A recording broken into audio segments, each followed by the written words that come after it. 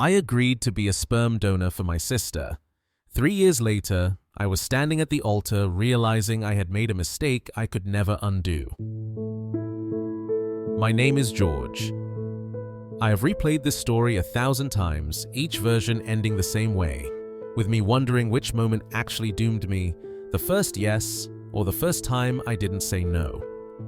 It began in North Point Fertility Clinic, a place designed to feel calm but never truly is.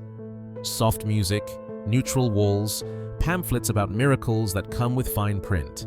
My sister Maris sat across from me in a private consultation room, knees pulled tight together, fingers twisting a tissue into something unrecognizable. She didn't look broken, she looked decided. "Doctors say it's my last chance," she said. Her voice didn't shake. That scared me more than tears would have. I don't want a donor I'll never meet. I don't want questions. I don't want secrets. I already knew what she was asking before she said it. "George," she continued, lowering her voice like the walls could hear us, "I want it to be you." The room felt smaller, like the air had thickened. I stared at the framed photo of a smiling couple holding a baby, someone else's happy ending. I told myself this was medical, biological, clinical, that families help each other when no one else will. I asked, "Are you sure you're okay with this?" She met my eyes. "I've never been more sure of anything." That should have been my warning. Everything after that happened slowly, so slowly that I didn't realize I was drowning until my lungs were already full. The legal meetings took place in Summit law offices, all glass walls and polite distance. The lawyers explained boundaries, paperwork explained morality, everything was signed, everything was clean. Maris hugged me outside the building, not the quick kind, the kind that lingers. "You're the only man who's ever truly chosen me," she said into my shoulder. I laughed it off. "I'm your brother, that's the job." But she didn't pull away. After the procedure, she started calling me every day. At first, it was updates, appointments, hormone shots, side effects. Then it turned into late-night conversations about fear, loneliness, regrets. We started meeting for coffee at Lakeview Commons, then dinners at Ashwood Grill. Eventually, I was at her apartment near Birchline Avenue more nights than my own place. She'd sit cross-legged on the couch, wrapped in a blanket, watching me like I was something she was afraid to lose. One night, she said, "Do you ever think about how different our lives could have been?" I shrugged. "Different how?" She didn't answer. She just looked away, and that silence said more than words ever could. The pregnancy test was positive. I was there when she found out. We stood in her bathroom, fluorescent light buzzing, her hands shaking as she stared at the stick like it might accuse her of something. She laughed, then cried, then hugged me hard. "I couldn't have done this without you," she whispered. That night, something crossed a line neither of us named. Weeks later, she told me over dinner at Harborstone Restaurant, voice steady, eyes unblinking. "I don't want to do this alone," she said. "Not anymore." I frowned. "You won't. I'll always help." "That's not what I mean." The engagement announcement came shortly after. No proposal, no ring at first, just inevitability. When I finally confronted her, it was in her living room, rain streaking down the windows like the world itself was trying to leave. "This isn't normal," I said. "This isn't okay." She didn't raise her voice. "What's normal about any of this?" I said, "We're family." She said, "We're adults." I said, "People will find out." She said, "Only if you want them to." That's when I realized this wasn't confusion, it was strategy. The narrative was built carefully. To our parents, it was a love story that grew unexpectedly. To friends, a quiet romance that finally came to light. To the world, something unconventional but touching. Anyone who questioned it was cut off. When I tried to pull back, she reminded me of the child. "Do you want them to grow up without a father?" she asked one night, voice soft, lethal. "Do you want me to tell people you walked away after everything I went through?" I stopped packing my bags. The wedding was planned quickly, efficiently, like damage control. It took place at Holleridge Estate, surrounded by trees tall enough to hide secrets. People cried during the vows. They always do when words sound sincere enough. I smiled when told to smile. I kissed her when expected to kiss her. Inside, I felt like I was sealing myself into a room with no doors. Now, years later, the house is quiet in the mornings.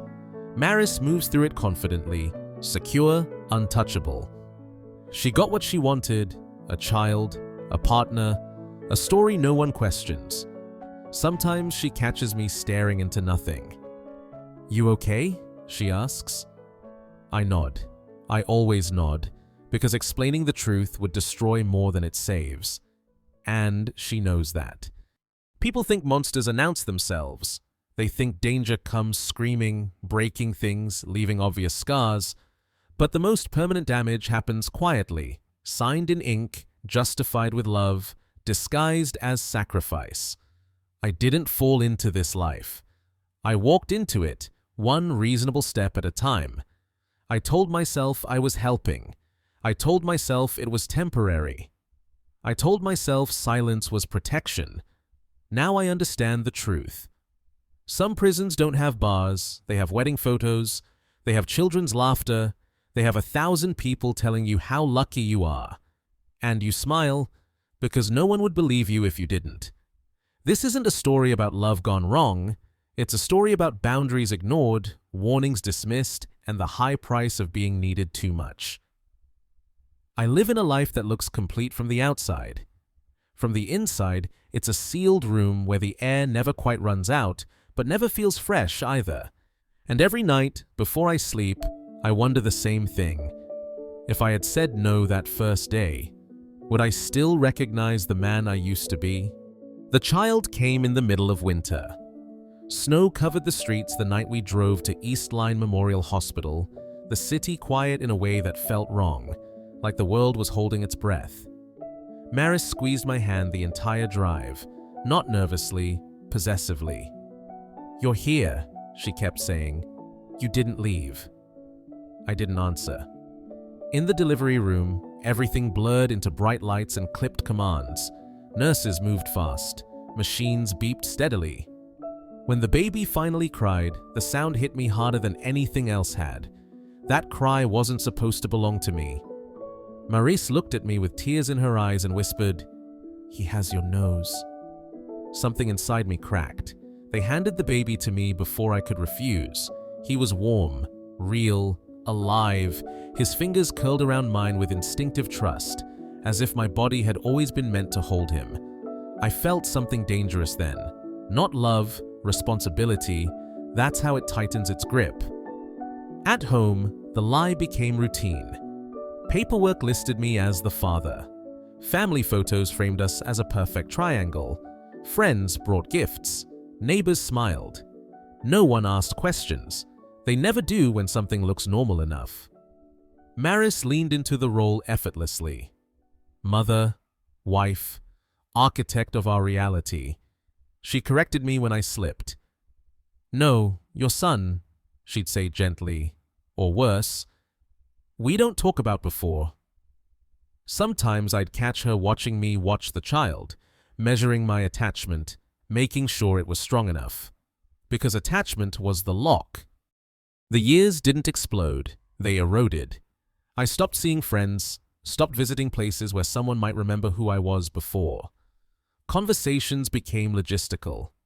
Nights became quiet in a suffocating way.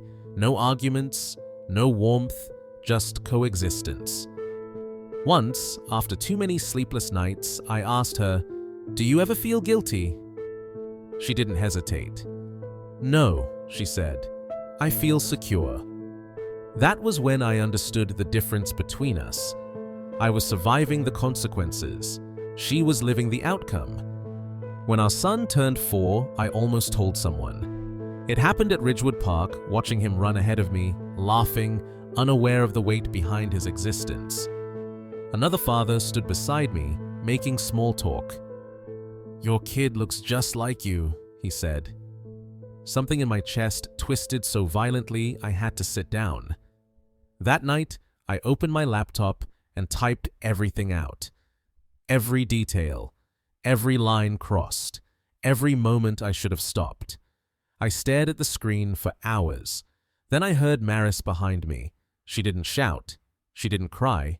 She rested her hand on my shoulder and said, "If you burn this down, you don't walk away clean." She leaned closer. "You walk away alone." I deleted the file. Now I tell this story without names, without dates, without proof, because this isn't a confession, it's a warning. Maris still sleeps beside me. Our son still calls me Dad.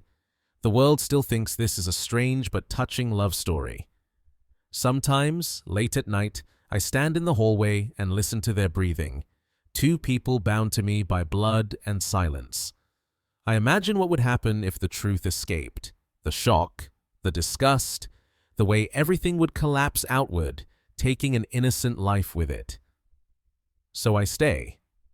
Not because I want to, because leaving would finally make me the villain everyone needs. There are endings where justice arrives loud and clean. This is not one of them. This is the kind where everyone survives, and that's what makes it cruel.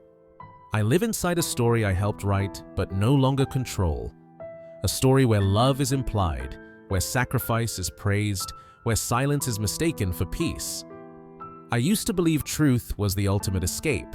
Now I know the truth is a weapon, and sometimes the safest place is behind the trigger. I look at my son and wonder which parts of me he'll inherit. My eyes, my voice, or my ability to stay quiet when screaming would feel better. People say time heals everything. What they don't tell you is that time also locks things in place. And one day, years from now, when someone asks me if I regret my choices, I already know my answer. Yes. But regret doesn't undo what responsibility has finished. Some stories don't end when they should. They just keep going, softly, convincingly, until no one remembers how they began. And maybe that's the darkest ending of all.